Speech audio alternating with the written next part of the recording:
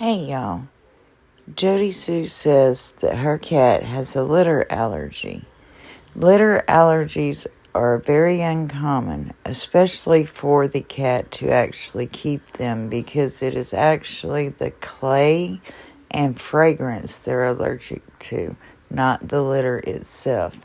And there are very many options that she could go to other than just the clay fragrance. Since litter allergies more make their hair fall out and makes them use the bathroom in places other than the litter box, Pickle sounds more like she is heartworm positive and lymphoma positive to me. We are going to explore these two things as we go along here in the video. I have done quite a bit of extensive research.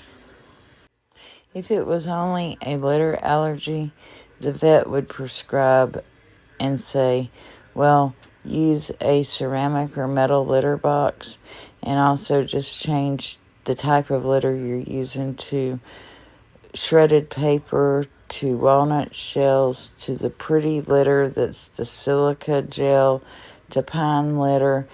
There's about 50 different kinds of litter that is allergen-free.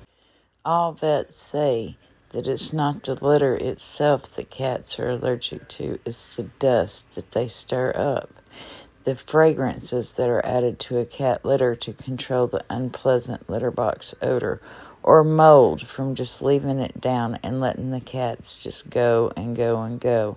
Or some litters, such as corn-based litters, can develop mold on the surface of the litter. This mold can trigger allergies when inhaled. All vets say that it's not the litter itself that cats are allergic to, it's the dust that they stir up, the fragrances that are added to a cat litter to control the unpleasant litter box odor, or mold from just leaving it down and letting the cats just go and go and go. Or some litters, such as corn-based litters, can develop mold on the surface of the litter. This mold can trigger allergies when inhaled. The most common symptoms of heartworms in cats mimic those of feline asthma and other chronic respiratory diseases. These signs can include intermittent coughing and increased breathing rate and effort. Signs of heartworm disease in cats can also be vague and general in nature and include mild lethargy, intermittent vomiting, weight loss, and decreased heart rate and respirations. This is a possibility. Based on a 7-year study at Taft School of Veterinary Medicine, cats in smoking households seems to be at a much higher risk of developing lymphoma than cats in a smoke-free home. New studies prove they are at a lot higher risk of feline oral squamous cells, carcinomas, and lymphomas just from the residue alone landing on the pet's fur. You know, when life insurance companies come out and they check you and you urinate in a cup to see how much nicotine is in your system. Well, when Taft's veterinary clinic done this to cats, the nicotine toxicity of cats who sat on the laps of the owners was the exact same as the owners.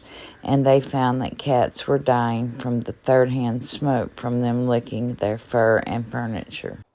Symptoms of second and third-hand smoke in cats: asthma, bronchitis, rhinitis, respiratory infection, wheezing, foaming at the mouth, coughing, difficulty breathing, neurological dysfunction, improper delivery of oxygen, irritation of mucous membranes, cancers of the mouth, and lymphoma itself. Did you know that it can take up to 16 hours, if not days, to clear the air from one single cigarette smoked in a poorly ventilated area? He really doesn't want any more Jodiesue. He's had his fill. He's sick. He really wants to quit smoking. So could you please lower his nicotine level and just quit offering him the nicotine the cigarettes, the cigarette butts, the smoke, the secondhand smoke, the thirdhand smoke, and just say no.